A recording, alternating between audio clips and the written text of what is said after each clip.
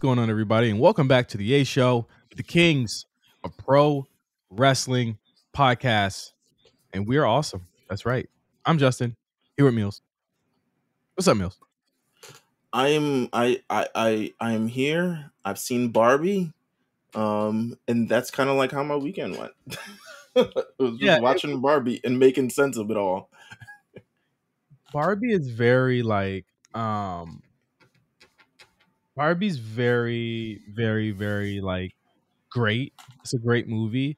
I think that I walked away with it with more things to think about than I expected. I think it's a very thoughtful movie. I agree with Dom, our good friend Dom Griffin. He had said this a couple of days ago or a week ago when he saw it. He said, I walked out of it, with a lot of thoughts, a lot more thoughts than he had with Oppenheimer, and not in a bad way because he loved Oppenheimer as well. But it's not a movie where you're like walking out needing to think about much that happened there, right? But with Barbie, did you see both, or you just saw Barbie? No, I just saw Barbie. I'm not an Oppenheimer. I'm not the ops, unfortunately. But is that a good movie too? Should I check that out?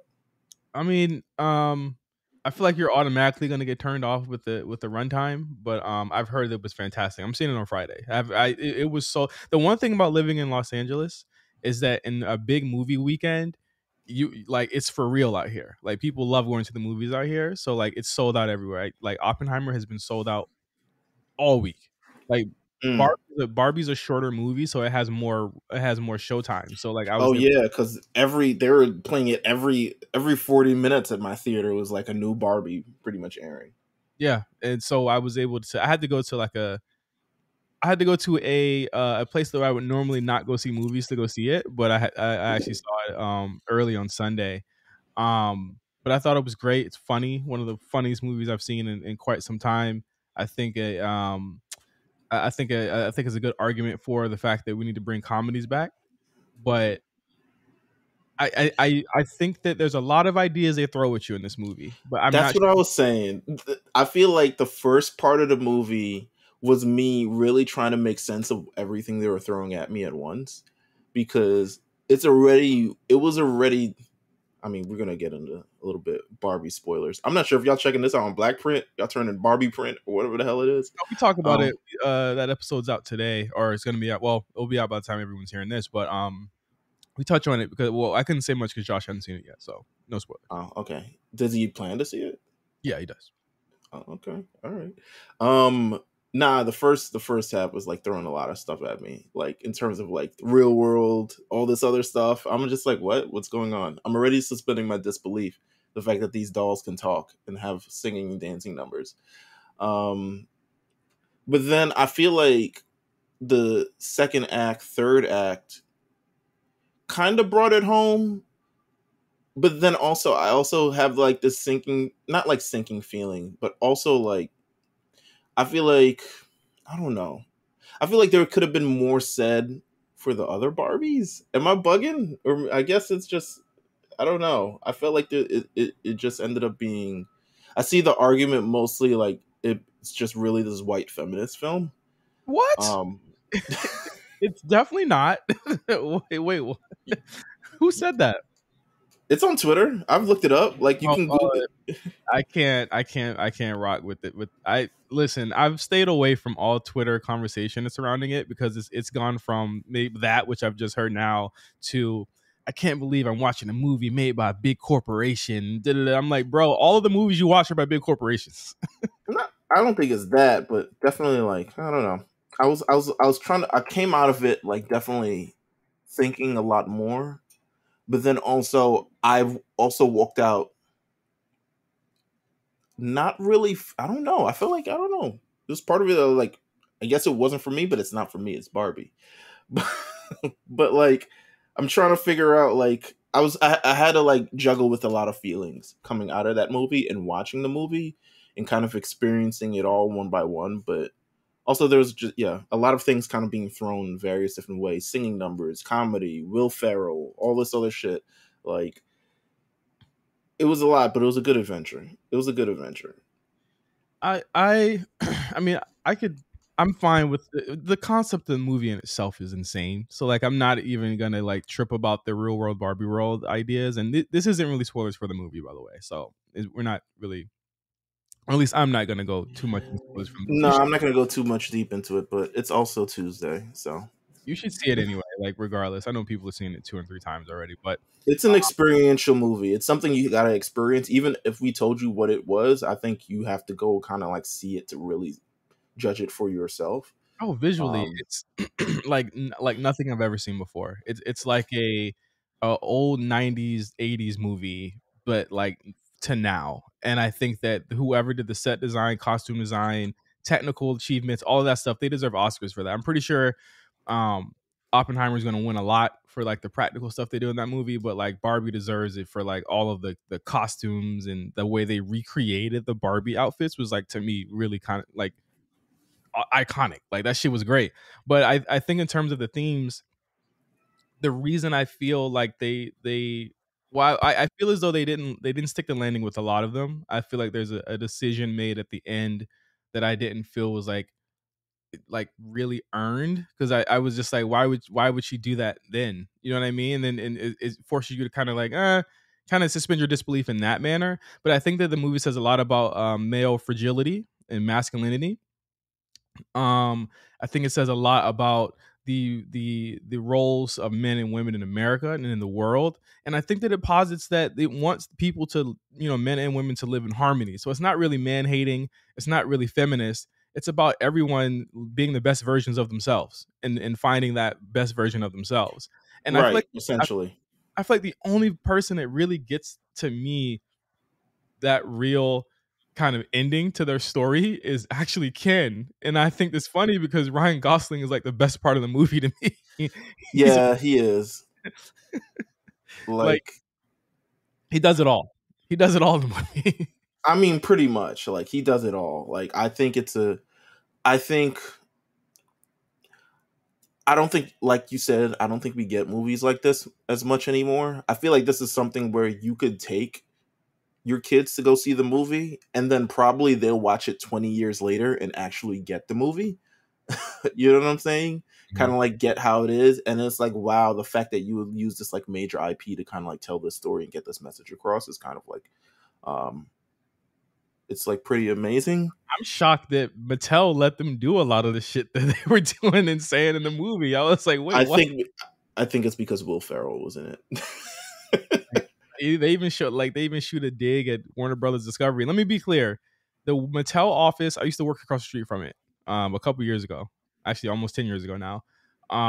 It's in El Segundo. The Warner Brothers Discovery office is not in El Segundo at all. It's all the way in Burbank. So I think that it's funny that they were able to put that jab in there as if like the building was so big that it was kind of like the Death Star kind of overseeing the Mattel office. I thought that was such a funny point that they put in there. I feel like they added it in there because it looked digitally imposed, but Mhm. I thought that was fucking hilarious. I like they kept Will Ferrell to like a very small amount because too much Will Ferrell and he's taking over your whole movie.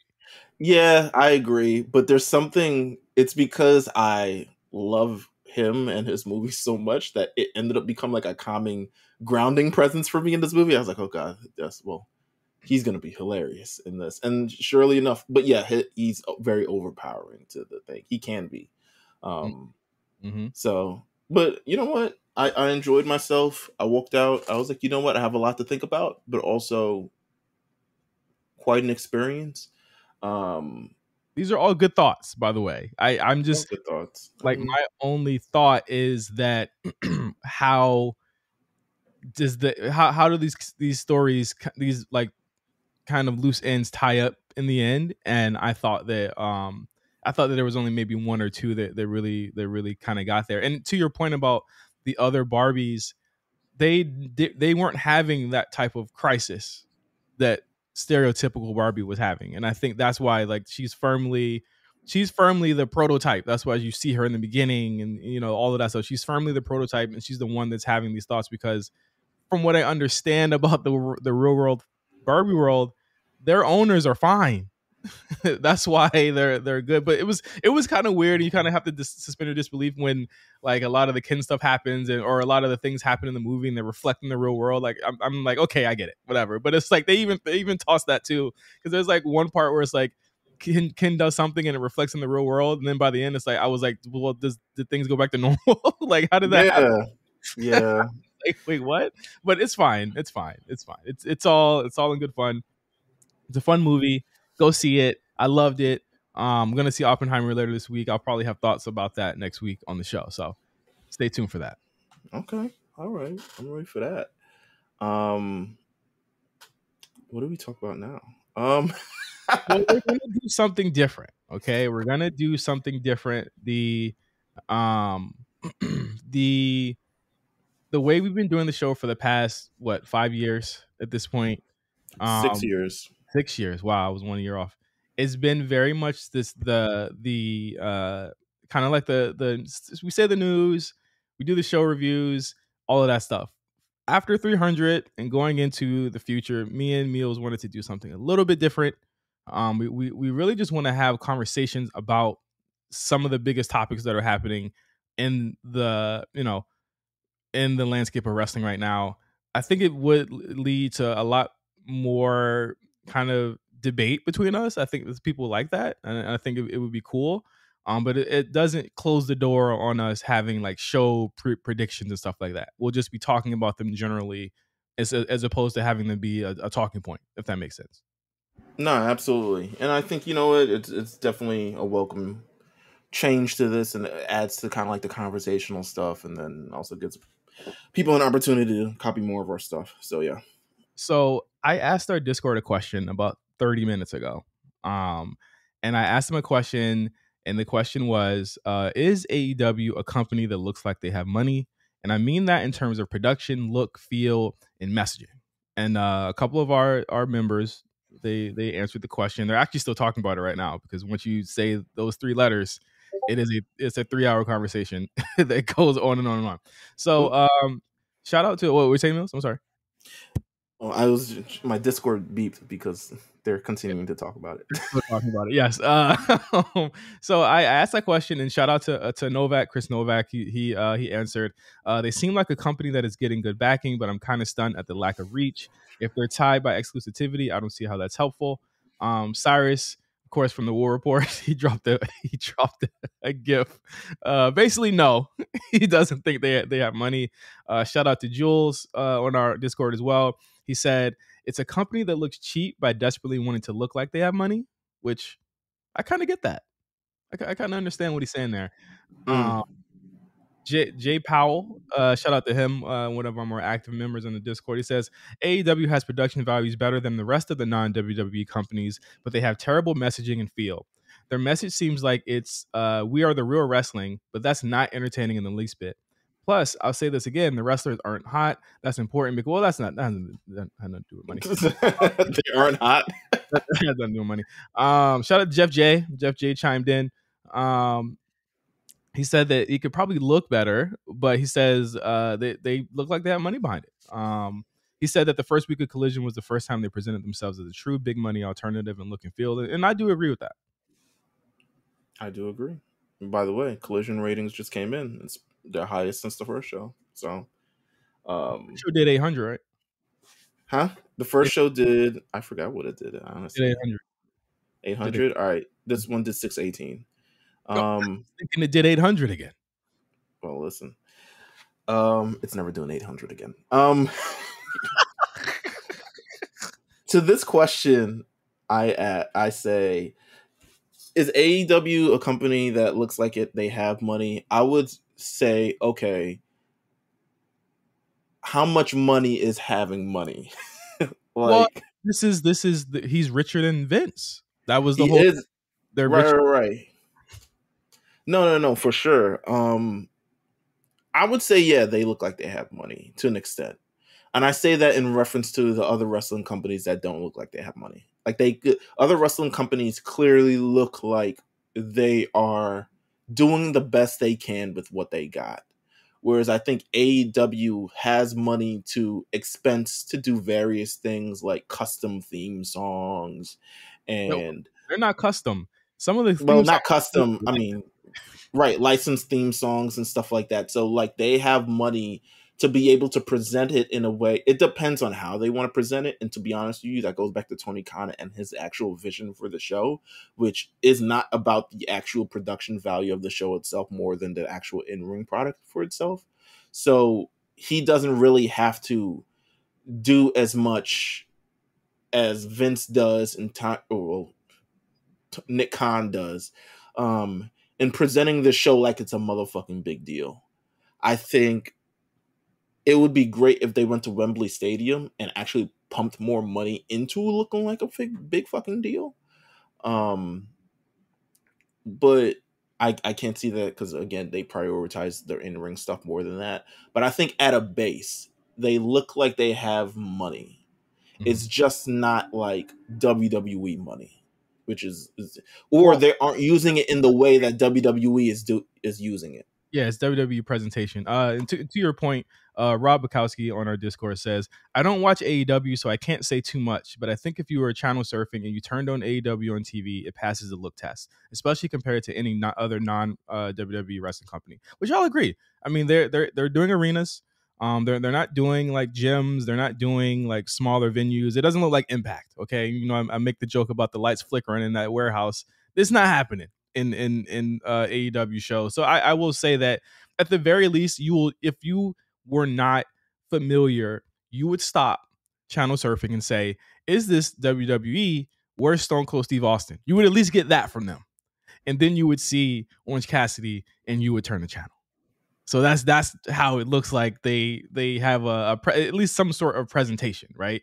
And I think like in comparison to a lot of other things, shout out to Jalen who also left a comment here. He says he doesn't think so. He says part of the reason is that's part of the reason why he can't get into it. He says they don't have those production aspects that can make their stars feel larger than life, and I think that's an important part. Meelz. He says like even the pyro when it goes off, it sounds and looks weak. I think that presentation is a very big part of it, and for everything people say about like Kevin Dunn, and trust me, I'm not the biggest fan of Kevin Dunn. When it's time for him to present a new person like a Khali or a Big Show, it's always filmed right below them, right? It always Of makes them course. makes them look like they're a fucking skyscraper, and that's the important part. And they do it with Cody too. And Cody is nowhere near that tall, but every time he comes out, notice how the camera angles itself to make him look like it makes it look like the skull, like the wings and shit are like they're attached to him. You know what I mean? Right. It's a really cool look, and it goes with their Titantrons and stuff like that. I'm not. I asked that question because I was looking at a couple of clips from Dynamite last week and Collision just so we could talk about some of the stuff on the show this week. And I said, you know, this is a company that I know is they put $1 billion behind it, but I can't find where it is. I think that's the real issue. It's like I know that they spent a lot of money on this talent, but why? Mm-hmm. You know what I I mean? think right. I think the presentation itself is different than. I feel like you can do anything. You can present it in a different way, like Lucha Underground, for instance. Presentation completely different. Money probably non-existent.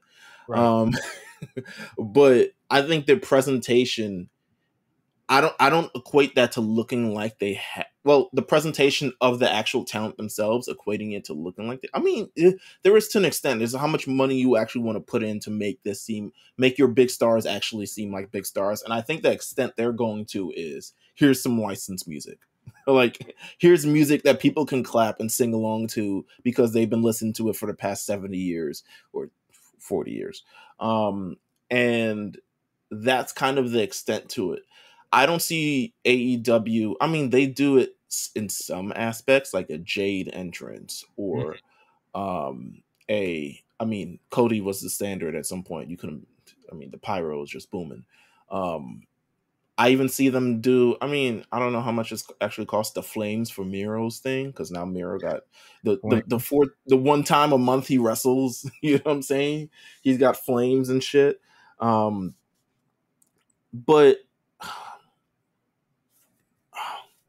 I think the presentation could obviously be better with a lot of the stuff that they provide. And I think it 100%. takes, yeah, I think it takes, go And ahead. not just with the sets, not just with the sets. It's like it has to like I do think they put a lot more into their pre tapes, and I think that they do those a lot because they put a lot into it. But I think that it's like a lot of it isn't directed well. You know what I mean? Like a lot of it is just not directed well. The camera work is. I watch Blood and Guts. That camera work. Listen, you want to talk shit? I don't feel like either company's doing camera work great right now. Okay, like it's not the best on either company, but I think that there's a lot of things where I'm searching for the money. I'm looking under the rug. Where is the money going to?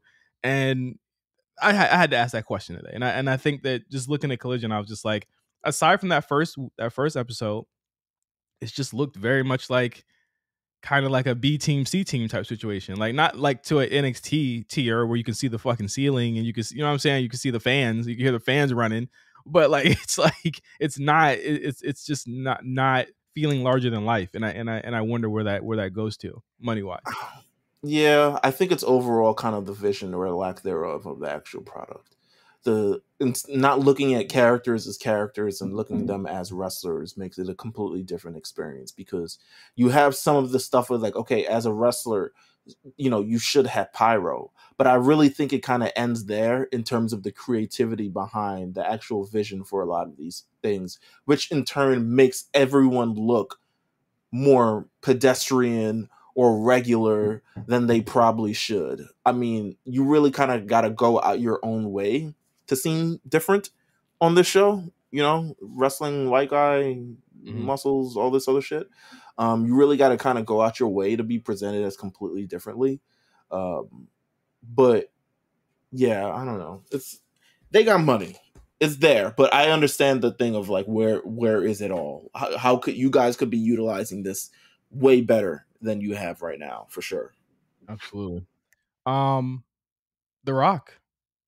Been reported yesterday that he donated a huge amount of money to SAG-AFTRA. Of course, we're going through the writers and the actors strike right now. He donated an amount of money that some people are saying is like extremely, extremely, extremely crucial, and it's going to help out a lot of people that are going through the strike right now. Of course, SAG, as well as the WGA, have been offering or attempting to offer, I believe, some support to some writers who are struggling right now, going through the strike, and taking those types of donations. And The Rock seemingly putting his money where his mouth is, and helping support them. Now, a lot has been said over the past couple of weeks. Meelz, I don't know if you've been hearing about the news stories that people like Tom Cruise, Leonardo DiCaprio, people have been questioning why they haven't shown up to the picket lines. And honestly, I think a lot of that's overblown. I think that it's like you're trying to sow discord, and it's mostly like outlets like Variety and Hollywood Reporter who, as we all know, do have pipelines directly to the studios that are involved in not paying these people, trying to sow discord between writers and actors. Listen, you're never going to see a Tom Cruise or a Rock or anybody standing at the picket lines, because that takes away from the actual reason why they're there. So I think that it's an amazing gesture for The Rock, who has seemingly been on the outs, in terms of just public perception, and doing that, I think is a really cool moment for him. I'm not truly familiar with all the Rock going on and all this other stuff like that. Does this make people not look at him sideways? Is this could only improve his profile within the acting industry? Um, I think it definitely helps out a lot. A lot has been said about his standing in terms of how he has been moving since he left the Fast and the Furious franchise. Of course, he had a huge beef with Vin Diesel, who, I mean, admittedly isn't really a likable guy from all stories that we've heard about him anyway. But I think that in terms of like how he walked away from DC and they kind of let him go, and how he tried to force his way into becoming a top player in that franchise, and they were like, wait, no.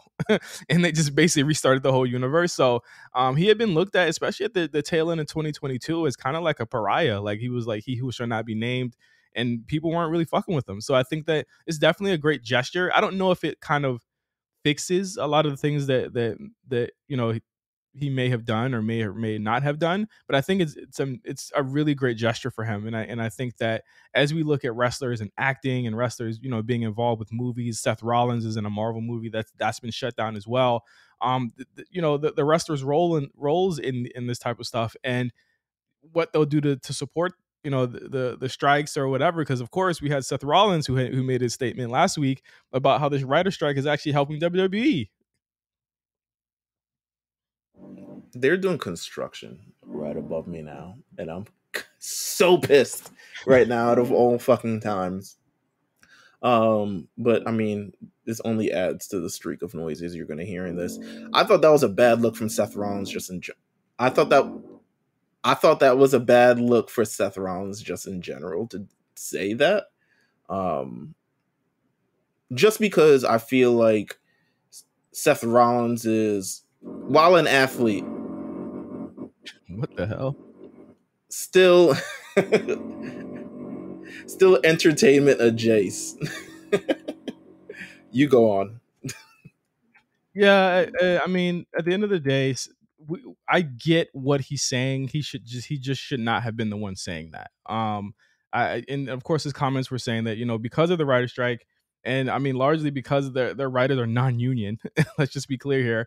That WWE writers, they don't fall under the same jurisdiction for WGA writers. And now that's not to say that there aren't WGA members on the writing team, but if they're doing non-union things, I believe they're still allowed to do that, but not like TV shows, stuff like that, stuff that actually falls under the union. But he's basically saying it from the sense that because there's strikes going on, the wrestlers aren't under any type of union, which again opens up another can of worms about unionization, that they basically can continue their shows running as if nothing had happened. And this is actually a salient point, because as the fall rolls around, Meelz, and there's new TV shows that are supposed to be coming out, there won't be this year. There won't be, like, I think they may have. I highly doubt we'll have anything other than reality TV stuff. Wrestling will probably be the only show in town, and that's WWE, that's AEW. But are they willing to spend that much money on them as their TV rights deals come up? So it's like that's kind of like the big pull and push here between WWE, AEW, and everyone going out for their TV deals. But we do know that they're going to be on air, in the fall, the same way that they were on air all throughout COVID and lockdown. And I think Seth made a point. He should not be the one making that point. In fact, no one should be speaking on that, because you should be in solidarity with the writers and the actors. So again, he tends to put his foot in his mouth more often than not, trying to be Mr. Company Man. You need to learn from Cena on how to sidestep those issues in a delicate way, in a lot of ways.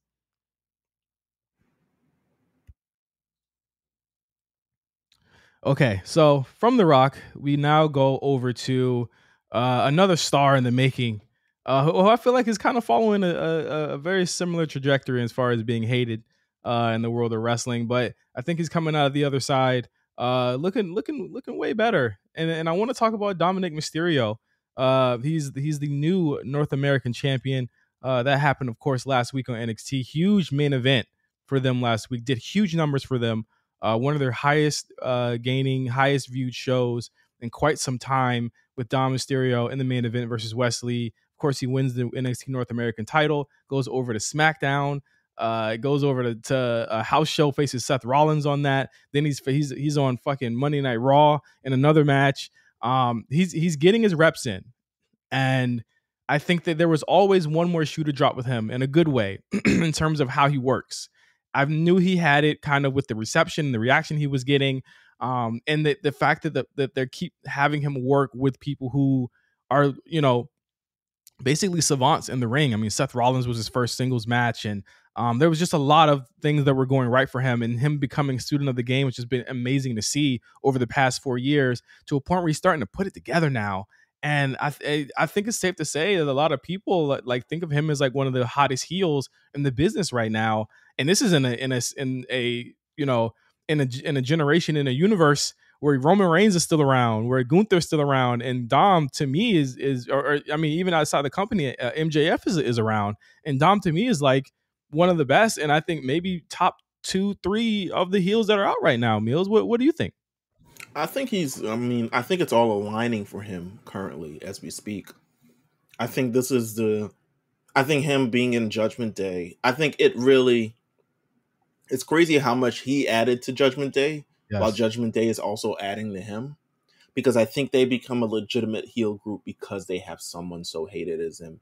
And the proximity, the orbit of all of them around him. I mean, you looked at it when they were on stage. They kicked off Monday Night Raw and they were finally being booed, and Dom wasn't even out there. You know what Yeah. I'm saying? And I was like, damn, I mean, because usually, like, you look at these people. I mean, Rhea's getting cheers. Finn is likely to get cheers. Damian Priest is cool enough where he could probably get cheers at any time. But I think we've all bought in on the fact that, like, these guys are douchey assholes. And I think Dominic Mysterio lends a lot to that. I think Dominic Mysterio is, while in the ring as a heel, I feel like you don't really need to contribute as much, and his shortcomings don't look as faulty. For instance, the incredibly slow 619, Yeah, and which is right, incredibly lanky, head scissors. You know what I'm saying? Like, all those other stuff don't necessarily seem the same way as a face when you're trying to get people to like you as they do as a heel. Mhm. And I mean, Dom is kind of really winning right now. He's putting it together. I think character wise, he's found his like niche and kind of like really settling in to what he's supposed to be. He doesn't really, it doesn't at any time really feel like he's acting, which is yeah, what I'll say for some other people that we might talk about on this show. Um, but he's really settling in. He gets it. He gets the look. He understands it, and is all. This is like the perfect kind of like alignment of stars, especially with Judgment Day. yeah. I mean, it's taken a while. I think people were skeptical at first, but now it's like to a point where the kid can't say anything when he's doing promos. He's like the perfect type of heel where it's like he's perfectly hated, but he doesn't have to do much. He doesn't have to like. He's like the one heel in the company that doesn't work like the strong style that's like WWE style now, where they're kind of working like kind of half NXT, half WWE style here. He doesn't work like that at all. You know what I mean? Like, and it wouldn't look right for him to do that because of just how slimy he is as a heel, and just the look, the boots, the crocodile boots. Now they were cow boots, and he has like all this cool like flair to his gear and stuff like that. I think is really just adding to his character, adding to his legend. And I mean, it's tough for me to not look at him as one of the best up and coming acts in the company. And this is even with someone whose work isn't above average. You know what I mean? Like it's like he's firmly kind of like in the middle of the road right now. He could get better. The kid's like 24 years old or whatever. He could get a lot better. But for right now, the fact that he's gotten it, just in terms of promos and stuff like that, I think is a huge advantage. I'm gonna sound controversial, but like, remember, I'm not comparing him to Randy Orton, okay? But remember, Orton had it physically. He had it in the ring and technically before he had it with the promos and stuff like that. Way later, right? I feel like Dom has gotten it in the reverse. I feel like he has it from the promos. He has it in the look and all that stuff. I think he'll get the athleticism later, if that makes any sense. I think I don't know if you'll ever get the athleticism, like the natural athleticism. I think it's the way he works. I think it's the type of stuff they have him doing, and I get it, but it's like I think he should really be working as kind of like a mid. He should be working like kind of like Santos works. Like Santos isn't like the smallest guy out there, but he works a style where he could easily do the high flying stuff, but he does it very sparingly to a point where he actually does a lot more. And I would guess you would look at his heel iteration where he didn't do a lot of like high flying stuff, because his babyface version he's doing that shit all the time. So it's very hard to compare the two right now. But like he needs to work like a Santos where he does a lot more slams and stuff like that than just the high flying stuff. Because I even think his frog splash is pretty shitty. But again, it works because it's like it's the nepotism angle with him where it's like this kid can't even fucking wrestle. He's stealing everybody's moves. He has nothing of his own. Like that makes it even more of an addition to his character that he has to do all this stuff. But I think eventually that's going to have to change. He should take the coup de grace. I think that would be that would be a great move for him to actually, he might kill somebody trying to do the coup de grace. So nah, never mind. um Next point here, I have one up here, and I know this will probably be controversial, but we got to talk about it. We now have it confirmed that Logan Paul and Ricochet will be having a match at SummerSlam in Detroit. Of course, this came to a head on Monday Night Raw this past week. Ricochet comes out and does a promo. Logan Paul interrupts him, and they do more kind of stuff in the ring. it became wildly apparent to me that Ricochet has never had a program like this, because even in the physicality angles or the physicality segments of this, it looks very like uneasy and odd. It is this program isn't coming off to me as big as we wanted it to be, and I hate to say that because we were also excited about it, as you know, as far as a couple of months ago, as far as Royal Rumble, really. There's certain things that are not working for me. I feel like Logan, he's not good enough to carry a Ricochet right now. He still needs to be carried, and as a heel, he can't really carry this program, especially if Ricochet can't match him on the mic. So it's him doing a lot of heavy lifting on the mic, and Ricochet just, I guess they just expected him to do it on the athleticism front, whereas Logan can do both, but he's not he's not like a ring general yet. And I think that it just come like the segments with them have just come off very, very unnatural to me in the past couple of weeks. I mean, overall, I think, like you said, this is a position that Ricochet kind of has never been in before. And I look at it something similar to where well, for one, he's going to need a lot more of his reps. But I liken it similar to actually, I would say Live late 2021. And that's kind of like how I looked at it in terms of like, this is someone who has not had a role kind of like as someone who can carry a feud on the mic kind of deal. And then when they are stepping to it, they're doing what I believe they feel like they're supposed to say instead of actually things that like a regular person might actually say. With that said, I don't know if this is sink or swim for Ricochet, but it's definitely exposing a lot that probably We never I seen. don't know. We've never seen Yeah, like just if you just look at the dichotomy of his career, and this is no shade to him in any way, shape, or form.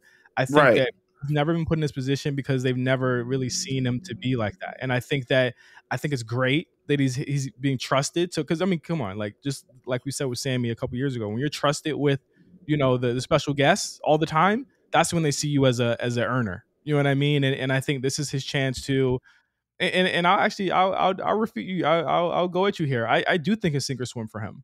You know what I mean? I think that even if they haven't put him in those positions, he's been around people in those positions. He's been around all of those people before, so he should feel confident enough just being around the AJ Styles, being around the Seth But Rollins. but he actually he hasn't in a very, very long time. This is someone who has not had an actual notable feud since probably Sammy. February 2000. Well, yeah, Sammy. But even that, I don't even think was a notable. I would say literally February 2020 when he faced Brock Lesnar. I say he never had an opportunity that hasn't had.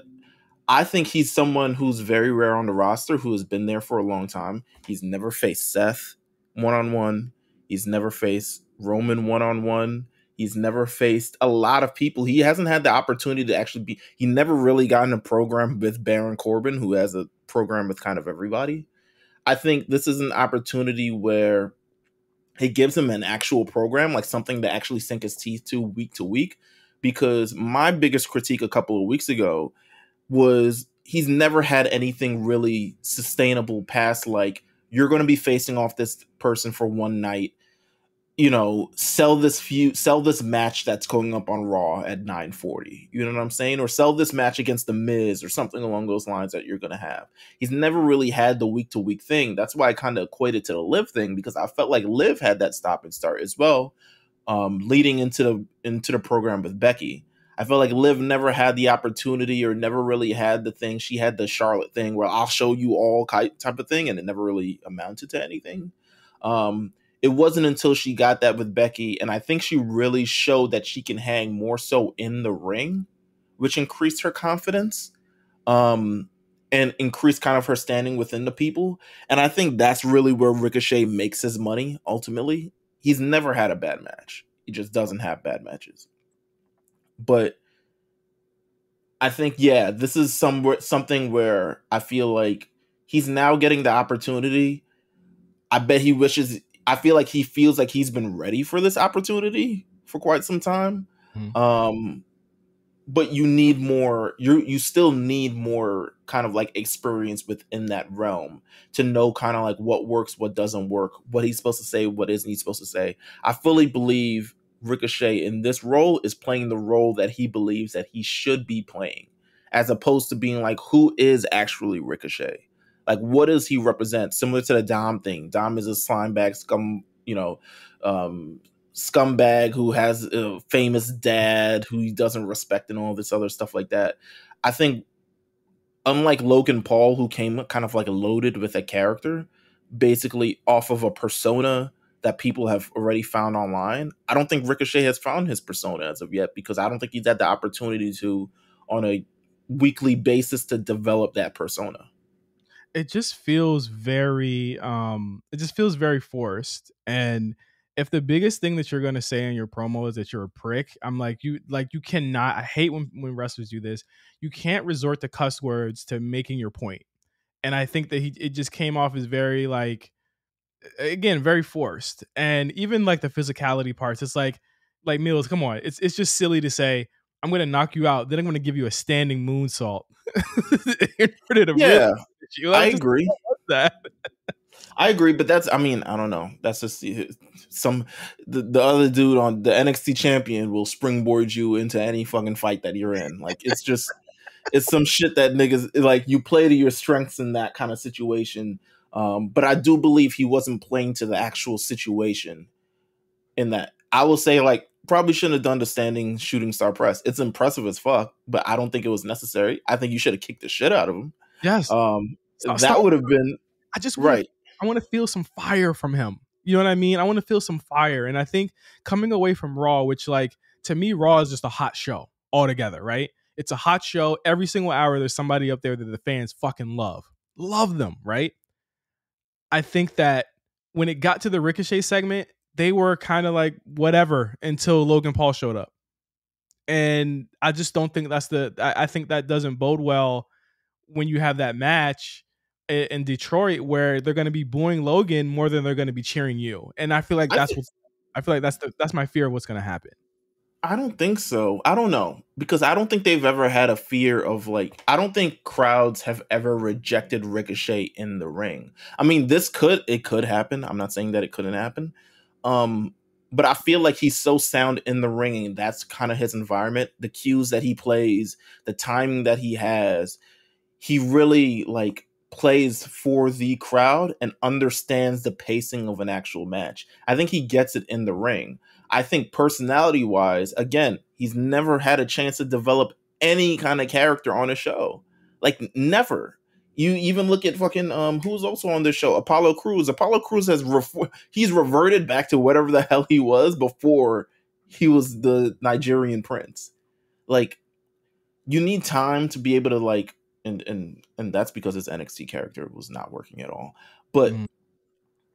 I think you need time and you need these experiences. It's like telling a story where you engage with all these people.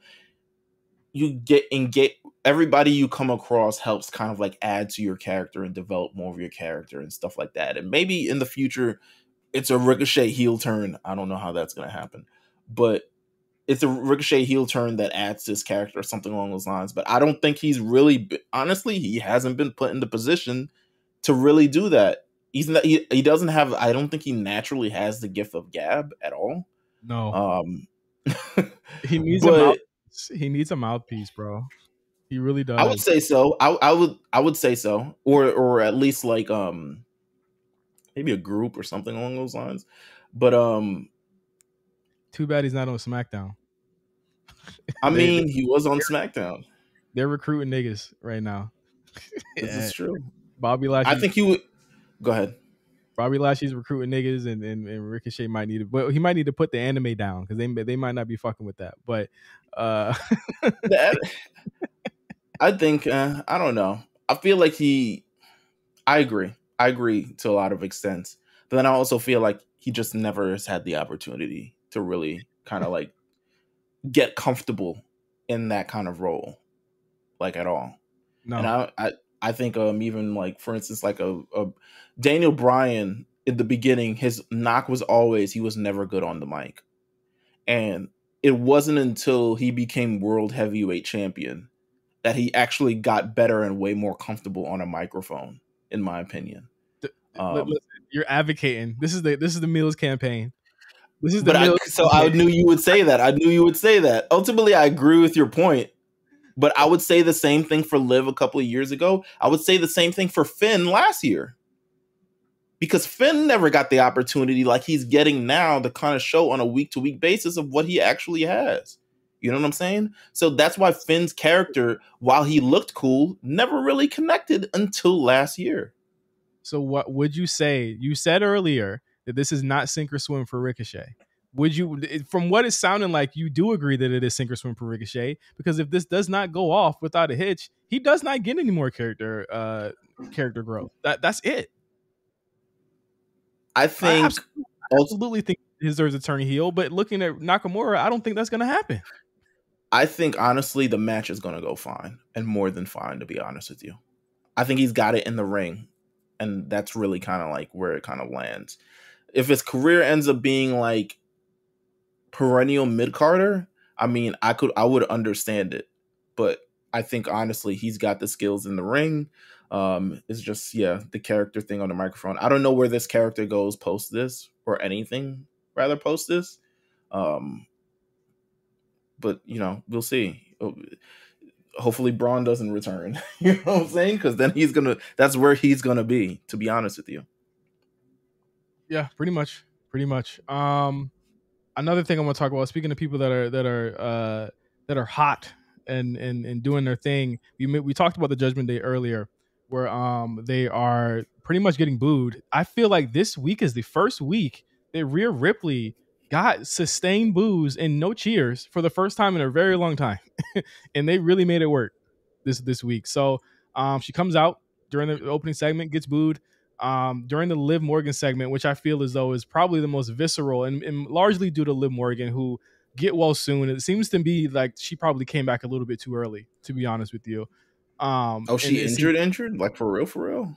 she's actually injured. Yeah, it seems to be her other shoulder is now having some nagging issues now, so she'll be out for an undisclosed amount of time. It did seem like a real write-off. So like I will say, like the prolongedness of the actual attack, I was like, okay, she's for real injured, because they were doing like it might be a couple weeks type of angle there. They didn't even have the match. They didn't have the match at all. So like No, not at all. Shout out to Rhea Ripley. Rhea Ripley. I think she might be the most notable SmackDown Women's Champion since Raw Women's Champion. Oh yeah, Raw Women's Champion. Well, not Raw. She's not even that. She's the World Heavyweight Champion. So there you go. Right. But I guess I don't know. The most notable champion, maybe I can't say on Raw because then you have Becky, but she's really up there. she is one of the pillars. My whole point just flew fucking right out the window when I remember the SmackDown shit is not same lineage. Does it have the lineage of the SmackDown Women's Championship? Yes, but now it's on a different show. So the lineage is switched, but they're different name. They're differently named now. So. All right. Well, in that entire thing, she's probably in the lineage of this SmackDown World Champion. She is the most notable champion, I want to say, since look back at it. I would say Charlotte's last reign, more notable than that. Ronda's last reign, more notable than that. Liv's last reign, more notable than that. Becky's reign in 2021, I would say more notable than that, because she had to give up that championship and went to the Raw. Bianca Belair, I would actually say more notable than Bianca Belair's first reign. Bayley is an interesting talking point. Yeah, but I feel like Bayley's never been the crux of the...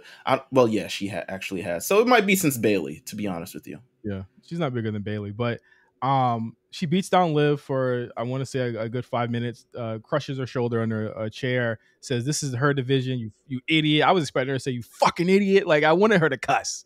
I don't know why. but I Nice. would have thought it would have been really cool. But it seems like all signs are heading to Raquel Rodriguez versus Rhea Ripley at SummerSlam. And the real argument or the real conversation I want to have with you here, Meelz, is that there have been a lot of people for the last couple of weeks saying that they're not feeling the Rhea Ripley title reign. I've seen you say it. We've had arguments about it in our own Discord. And I've been on the side of like Rhea should be an attraction. I think that she is much different than Asuka in that she does not need to be wrestling week to week. She can be mingling in different things because she's that much of a force of nature. And I think that having her so prominently featured Meelz on 3 shows at this point, she's all over the place. They're really positioning her as that next one after Bianca. So it'll go the 4 horsewomen and Asuka, and then Bianca and Rhea kind of interchangeably between all of those. You know what I mean? And I And think I also feel like it's lame to give her the standard kind of like championship reign. Um, because we waited because so long for it. You know what I mean? yeah, I think it would be lame to like have her like she's fighting Nikki Cross for the championship at whatever pay-per-view, right? Or like, no shots to Nikki Cross or anybody else in that roster. But like realistically, like you want to make the championship feel like a big deal. This is kind of like how you do it. And she's more than a big deal on the show because she's part of the big. She is on damn near. When you compare it to most people in the actual Judgment Day, she is on the show all the fucking time.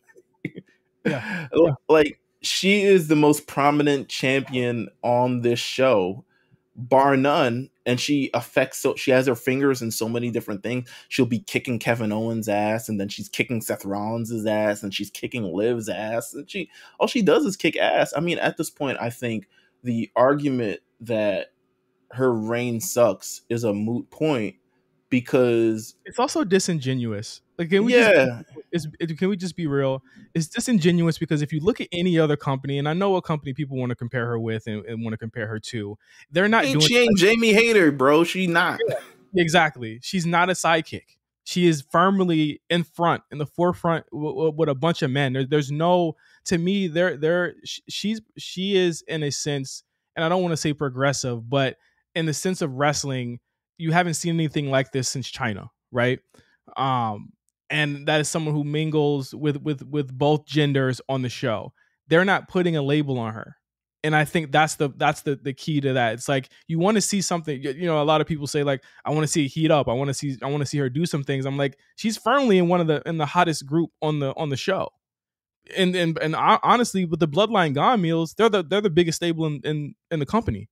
You know what I mean? Like that it's the Judgment Day, and you see that with the amount of time they put in on them. They show up on 3 shows like the Bloodline was doing in 2021. You know what I'm saying? So like she is important. She's looked at as important, and I think that you have these moments where it's like whenever you get a Rhea Ripley moment, segment, angle, storyline, it's a big fucking deal. And that's what we're seeing. It's like people just don't want to see certain things play out because they want it so fast. And it's like now you appreciate it more. You appreciate those smaller moments with her and all the guys more when you see how she decimates the women because it's like, yo, she's in a class of her own. She's in a league of her own. Who can beat her? And that's the question. She faces off against Lyra Valkyria tonight on NXT. It's gonna be a big deal, and it's the same thing that Seth Rollins did it. Dom has done it. A lot of people going down to NXT, really putting in some work. So I'm looking forward to that, and I just look forward to just kind of seeing Rhea on Raw. She is again, like you said, a force, a specimen. She's in a league of her own currently, and the rest of the women's division is just gonna have to catch up at some point. Yeah, I mean, all signs point to that Lyra Valkyrie. Look, hey, you want to talk about people that they have some faith in and some faith behind? Meelz, Lyra Valkyria, Tiffany Stratton. Those are the 2 right there that I think that they have big plans for coming up. Hey man, I feel like Charlotte was a little spooked by Tiffany being out there. She was acting all types. It's like looking into your future replacement. She was doing all types of weird shit in the ring. Think you can replace me, bitch? You saw that shit? Did a whole fucking front cartwheel. I did not think Charlotte was. I think there was a tale of 2 matches on SmackDown, and of course we're talking about Charlotte versus Io Sky. You can tell when Charlotte don't want to do something. You can tell when she thinks something is beneath her. I And feel like she wasn't focused, and I feel like then she tapped in. She must have hit herself during a commercial break or some shit. no, Like, Io started laying it in. That's what happened after that commercial break. She started laying that shit in, and I think that it's a tale of two matches. In the beginning, she wasn't even selling for Io Meal. She wasn't doing shit, and when she would sell, it would be like some silly Shawn Michaels shit. And then as the match went oh, on, probably because she wasn't supposed to be wrestling. here's my thing though. Let's be clear. Let's be clear. You know what it's like in that backstage area, bro. It don't matter who running WWE, whether it be Vince or H. You know it's all you know it's fucking wild backstage. Anything can Absolutely. happen. If But you, you know Charlotte. I Hey can't man. give her a pass for that. I can't give her a pass. I can't give her I can't give her a pass either, but I know how Charlotte I don't know how Charlotte is. Don't let me be one of those guys knowing Charlotte. Hashtag knowing Charlotte. I feel like based on kind of like how things have played out, her not being in the match and then suddenly being in the match could have possibly turned her off. Also, there was it seems like a lot of issues backstage on SmackDown. There was a report that, some people were sick and stuff like that. So a lot of things were changing on SmackDown, but hey, listen, I don't know if she was like, I'm not prepared, I don't want to do this, have someone else do it, and then she had to do it and got the pissy face, and then Io said, tighten up, bitch. And she started having her, she took her to town and shit like that. So you never know. But it was definitely an experience watching that match. But yeah, Rhea Ripley is fucking fantastic. Real quick before we get to the main event here, Dave Meltzer says people are going to have an emotional reaction to all out. Is it All In or All Out? Which one is it? The one in Wembley. Yeah. All in. It's all in. So I got that wrong. It's so silly, but he says people are going to have an emotional reaction to All In selling over 75,000 tickets because it's going to outdo SummerSlam at Wembley. Are you going to have an emotional reaction to that? I'm personally not going to have an emotional reaction to it. They may be people backstage in AEW. I feel like you don't say that unless you're affiliated with AEW. Exactly. Because I personally don't have no horse in this race. I don't get an emotional reaction when WWE sells out every fucking night. It's just so normal, baby. It's normal. I have no horse in this race. I don't own stock in any company. I'm not reaping. I feel like I played myself, but not with the WWE thing at this point. But I have no, like, there's nothing for me. I have no foundation built in anything. I'm not gonna have no fucking emotional reaction to them thinking it. He's just gonna write another article in it. He gonna give him like 8 paragraphs in that newsletter about fucking if they sell this thing. But they're only 10,000 tickets away. We've said our thoughts on the Wembley stuff on here. An amazing achievement, but I feel as though it won't mean much in the domestic sense. You can tout it and sell it as much as you want. It's an amazing accomplishment for sure. But I feel like if the TV and the creative doesn't change, it won't mean much. I think that doing 90,000, but still you're celebrating 600,000 viewers on a Saturday night. Come on, the optics are just crazy. But NXT, real quick, is it becoming like the hottest upcoming brand again? I mean, it's certainly trending upwards. It is definitely trending upwards since last year. I mean, most of WWE's television shows trending upwards. All of them. But also goes into a rising tide lifts all ships, which is what we talked about with AEW. Whereas if WWE is popular, everything should be getting popular. NXT is getting popular. Hey, man, but the creative synergy between all 3 shows is just different. That's why it is. Right. Like the creative synergy, the creative synergy between Dynamite and Collision is like some bald niggas come out and argue about some theme music that ain't play, and then they go on the other show and argue about it too. Like, did they argue about it again? I don't think so. I don't know. Nobody knows these niggas. But I think that the critical, personal, social reception to NXT has invariably changed. They've added so many really cool elements to the show that we were kind of worried when they got when the draft happened a couple of months ago that it wouldn't have that same magic with a lot of the workhorses being gone. But now you have a really good babyface champion in Carmelo Hayes, which I'm very glad that they turned the corner on him. And I think that it's tough to say this. It's very hard to say this. The Baron Corbin angle really turned things around for Carmelo Hayes. I would say so. I think so. I think he still has a little bit of a shortcoming. I actually think this is a hot take. I think he still has his biggest shortcoming as a character. Is Trick? No, Carmelo. Oh no, I mean his biggest shortcoming is Trick because I think that's his biggest shortcoming. Oh, and also yeah, Trick is damn near a Muppet at this point, but they're doing well, and it's just everything just feels like it's hitting. Like every segment, every moment, they're building up to things. It's like what I said. I said this in the Discord on Saturday. I was listening to War Report, obviously. Shout out to Cyrus and shout out to Plus, who was on the show last week.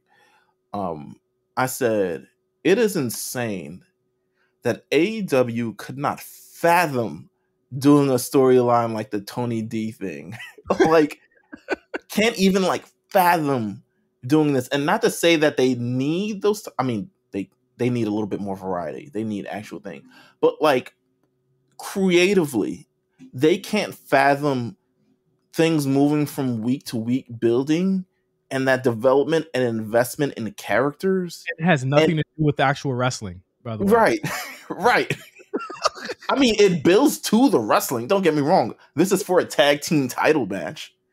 Like, you know what I'm saying? But they can't, like, you look at the storyline they're doing with the Better Than You Bebe thing. And one, we've seen it a million fucking times. Mm-hmm. And then two, I'm waiting for the shoe to drop. And then three, one of these guys is going to come out looking way less cooler than the other. Mm-hmm. Whereas in this Tony D storyline, everybody was a player and had their role. Tony D in jail, but he's still the Don. He's someone where you're building up. So when he eventually gets out, you know it's go time.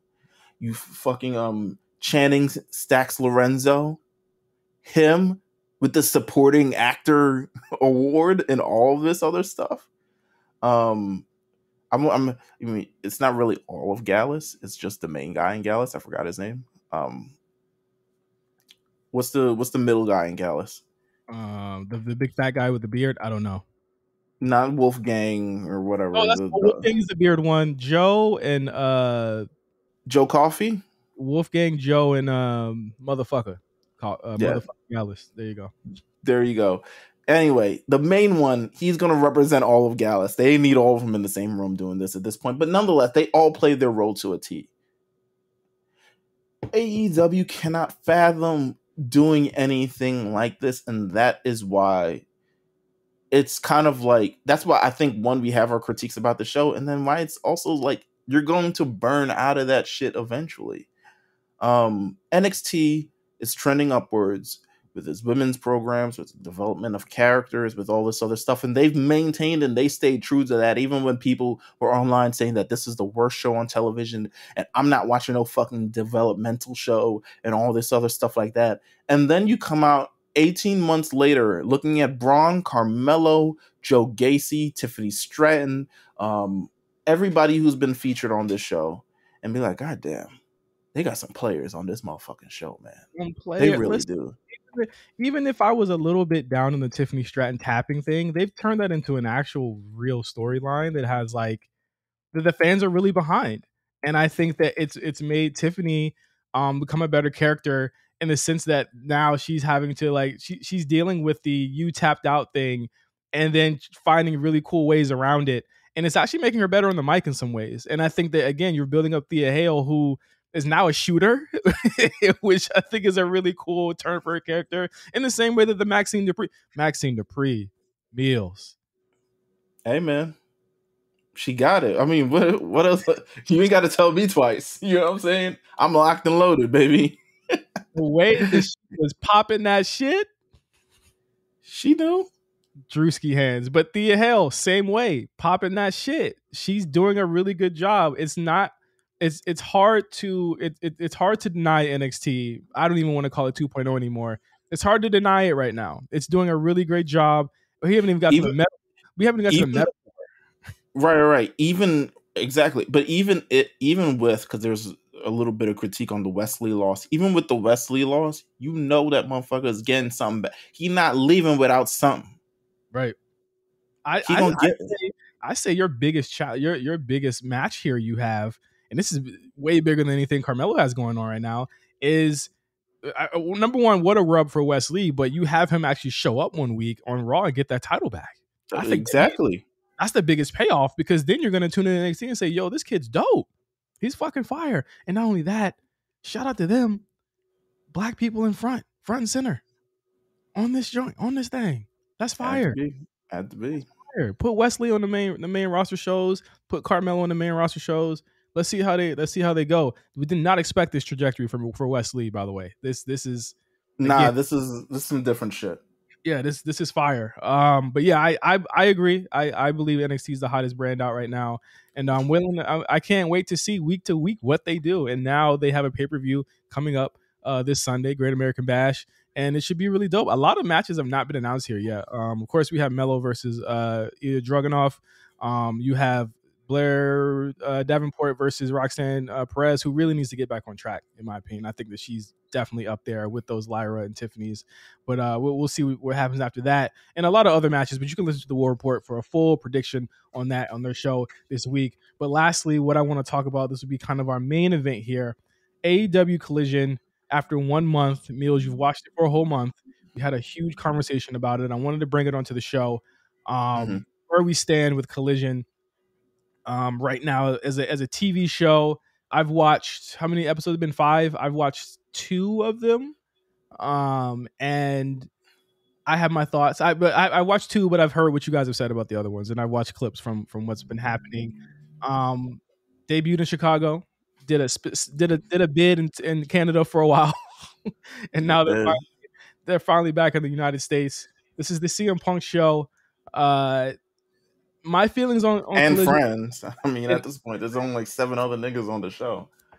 My vision, or not my vision, but my opinion on the show right now is that it is very much giving you what people have been missing from Dynamite, but it's also not giving you much else to really be invested in. And I think there, with no investment and no major angles to speak of, it's really Punk versus a bunch of guys who were not pushed or over on Dynamite that are now on the show now, losing to him more often than not. I just don't think that there's much to be engaged in on the show from a week to week basis, unless you like matches. Right. I think you value, if you're a fan, you value Collision just because it doesn't feature the same people that it is on the other show. I think just as a base, I do agree. They need things to actually happen on this show. The one thing Dynamite has going for it is that they need things happening on this show, because, quite frankly, nothing really major besides the CM Punk thing. If you want to count the 2-3 Falls match as a major thing, be my guest, it's not really that major. They retained and life moved on. But literally since CM Punk's kind of like debut moment, there has not been a moment on the show. And the show is desperately needs that kind of like big statement moment to kind of like truly carry it and truly carry the ratings and stuff like that. However, what I'll say that this show has that Dynamite doesn't have is the consistency because of its very, very small roster. You get to see storylines play out week to week. You get to see things play out from a vantage point of like, you're not wondering why the hell Commander is on this show facing Chris Jericho if Chris Jericho is in a completely different program with somewhere else. You're not worrying about them kind of like essentially Tony Khan wanting to like really put on for the niggas, or niggas, put on for the wrestlers, and having a random 6-man tag featuring like AR Fox and Serpentico and all these other shit that adds nothing to the actual show other than just a fly match. And it also raises the question of like, what do AEW fans really care about? Because you keep seeing people saying that Collision is restoring the feeling. But I'm like, but you guys were just saying that you wanted AEW to have more storylines and things that made sense. So what does that mean? Like what I don't think feeling? they want more story. I think AEW fans value matches because I feel like I would at this point you're conditioned to value that having a great match is the greatest currency that you can kind of have in AEW. Being a good worker is the best thing you can have because, quite frankly, it is being a great worker that has made FTR, I guess, stalwarts on this show. Even though they are firm to me, they are by far not the most interesting thing on any show. And I don't understand why they have such a big kind of. They're great wrestlers, don't get me wrong, but I don't understand why they have this big reputation. But they haven't done shit. Yeah, they had a bunch of belts at one point, and Yeah, nobody really and cared about that. and you can just book that. Like they don't have, they don't have just like actual programs or moments or stuff along those lines. Like you look at CM Punk, and CM Punk is benefiting from all of this because quite honestly, because of the WWE stuff and a little bit of the AEW stuff, but he has moments in the companies that he's been in. I can't say the same for pretty much any of the other roster. Like And if, no one else on the roster. and if they value matches so much, then isn't it odd that there's only 200,000 viewers removed from either show from 4 days apart? Like, But if there's no there's synergy. There's no synergy between any of these shows. exactly, like if that's what they really value, then shouldn't they be tuning in to watching Collision? And they're not. It's like I don't even think. To me, I predicted there being a CM Punk problem where they were told and kind of conditioned to not watch them. But I feel like if your difference between CM Punk fans and CM Punk not fans is 200,000 people, and you guys are still trending towards that same 800K, then there's a huge issue there. You know what I Yeah, mean? I don't think they're using their resources properly to not only just promote this show, but all the other shows as well. Exactly. And I think that they're missing out on a huge opportunity, to your point, to utilize those major resources. And like I said earlier in the show, where's the money going to? Is going to the talent. That's a good idea. It's a good thing, as anyone should do. You should pay your talent to work as hard as they can for you. But I think that you're wasting time putting the Elite versus the BCC, because we've seen a lot of these matchups before. Why Mhm. are you not?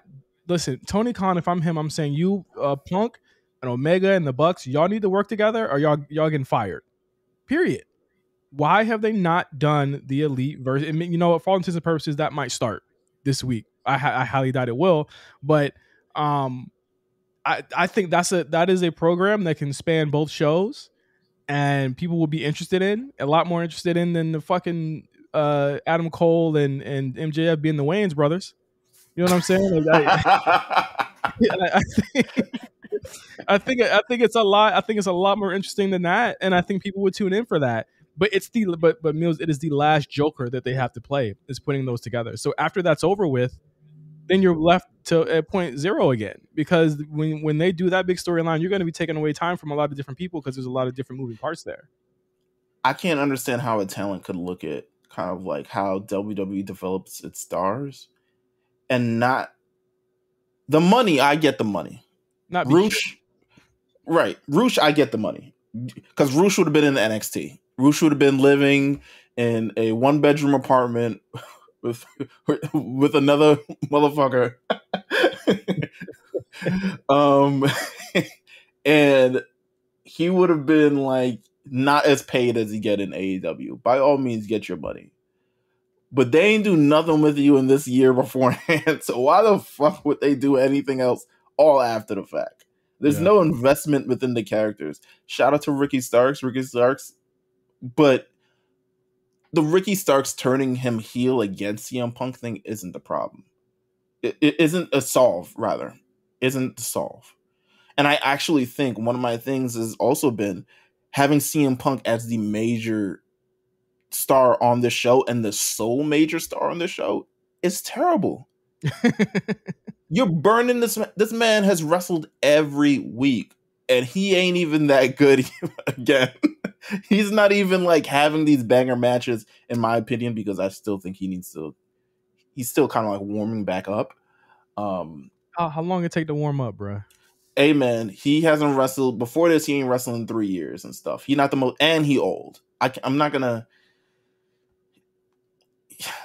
I feel you. I feel you on that because I be seeing Edge go out and Edge be doing like great shit. But CM Punk is not an athlete in any sense of the word. His drop kicks are terrible. His elbow drops are terrible. Everything is bad. He's never been a great, you know what I'm saying, athlete. Crisp, yeah. I think as time has gone on, it's become more noticeable and it's become more honestly concerning, especially looking at that Ricky Starks match, which no one seems to want to be honest about, by the way. Because blood and guts happened, and everyone wants to be. No one's honest about fucking what's his name. Kota Ibushi. Yeah, coming out looking like a damn animal cracker. Animal cracker has been out the bag for too long. It's a little soft. I was like, bro, he ruining the match doing fucking snow angels and thumbtacks and glass bottles and shit. Not selling the tacks is crazy. But again, you know, you hear that Punk had a meeting and that he was like, we're going to do things differently. You definitely see that in the show. Listen, AEW's problem has never been matches. It's just that there's too many of them. It's just too many fucking matches. It's just a bunch of matches. Like, I'm pretty sure the show in Wembley will have moments that they need those moments because for video package purposes. But I think that, and you know, by and large, this needs to be a company that kind of mixes the matches with the moments and the stories and the characters. And when you see a company doing that on all cylinders right now, I think it's really telling when, you know, the one thing that people have to argue about WWE about right now is who had the biggest pop, the Attitude Era or this year. Did you see that fucking tweet? I did. I'm like, what are you talking about? They've cleared that. Come on, man. I mean, every week they got more people in it than they had the night before. So it is. I think Collision's problem lies within. I mean, Collision, its pros is in the consistency of these characters thus far, but its problem is that there's nothing really going on that's really going to drag you to the show on Saturday. The currency of AEW continues to be the matches for whatever fucking reason instead of the moments. The moments will carry you to the match.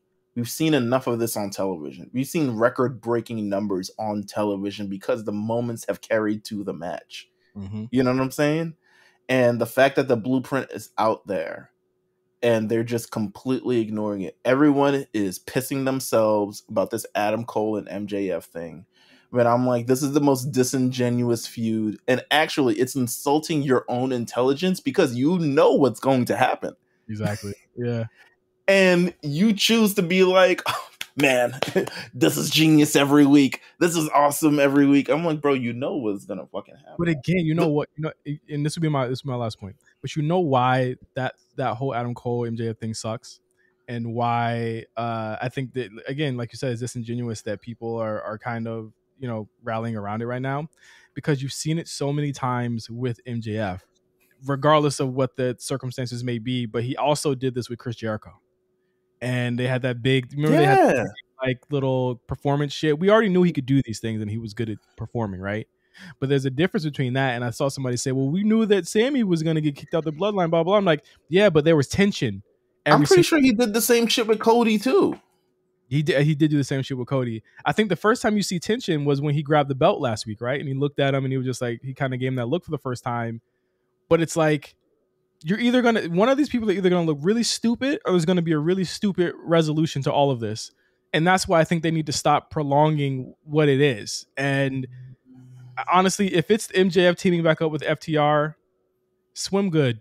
All right? Because nah, I doubt that. I highly doubt that. I feel like there's legitimate. The whole real world champion thing is what I think they're banking on in the future.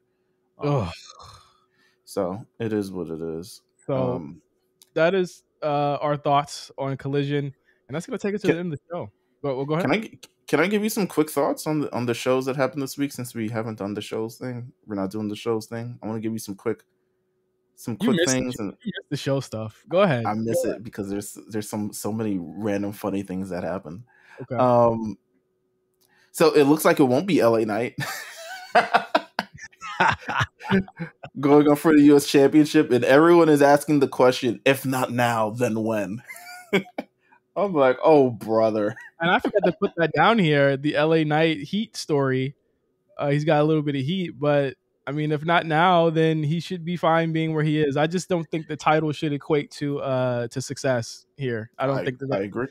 that's not a metric. It's not a proper metric, especially when you have so many young talents that are way younger than LA Knight that are surging right now on the show. So next week we're gonna have at the finals of this invitational thing, Rey Mysterio versus Santos Escobar, LWO versus LWO. Do you anticipate a high fun match? Do you anticipate a heel turn? Do you anticipate heel turn? Can't happen there because he's still got to face Theory, so he can't. I would see some. I honestly think Ray's gonna win, and I think that's where the schism is gonna happen with Ray winning, and then you have Ray in Theory, and I think that's where you have it. Ray, you took my opportunity away from me because of course you have to have Theory hold this title for whatever fucking reason going into the fall. And it looks to me as if they're trying to go with Theory being the longest reigning U.S. champion, and whoever beats him gets the big rub from that. So, Shawn Michaels almost says Pete on the fucking show. yes. Butch. He's a Butch. Becky Lynch defeats Zoe Stark. Good match, man. Real good match. Real good match. Cody vows not to just beat Brock Lesnar, but he wants to embarrass him. He wants to smoke him. He wants to, think this is the most flagrant I think anyone has talked to Brock Lesnar. That's why it's most notable to me. He's like, nah, I'm not about just like winning the rubber match. I want to embarrass this nigga. I want to make him look like a fool, et cetera, et cetera. Yeah. Let's see. We talked about Ricochet. We talked about all this other stuff. Gunther got his ass whooped. Yeah, for the first time. That match is a push as well. I try to stay Bloodline. Try to stay away from Bloodline this week because I want to go long form in the next week. So let's say. Absolutely. Especially with SummerSlam coming up. And then end of Raw, Judgment Day, essentially jumps Seth and Sami Zayn. Great moment to end the show, in my opinion. I saw a complaint. Judgment Day loses too much. And I said, there you go. Y'all need to chill. Y'all need to chill, bro. It's not a Bloodline situation. They're gonna have to lose sometimes. But that has been the week in wrestling. Thank you guys for rocking with us. A special thanks to our Discord for answering that question for me this morning. And again, we'll be back next week with more topics to talk about in pro wrestling. Maybe my thoughts on Oppenheimer and our SummerSlam predictions for that big show next week. It's almost August, Meelz. Jesus, man. I can't believe this. But thank you guys for listening. For Meelz, I am Justin, and we'll see you guys next week on The A Show.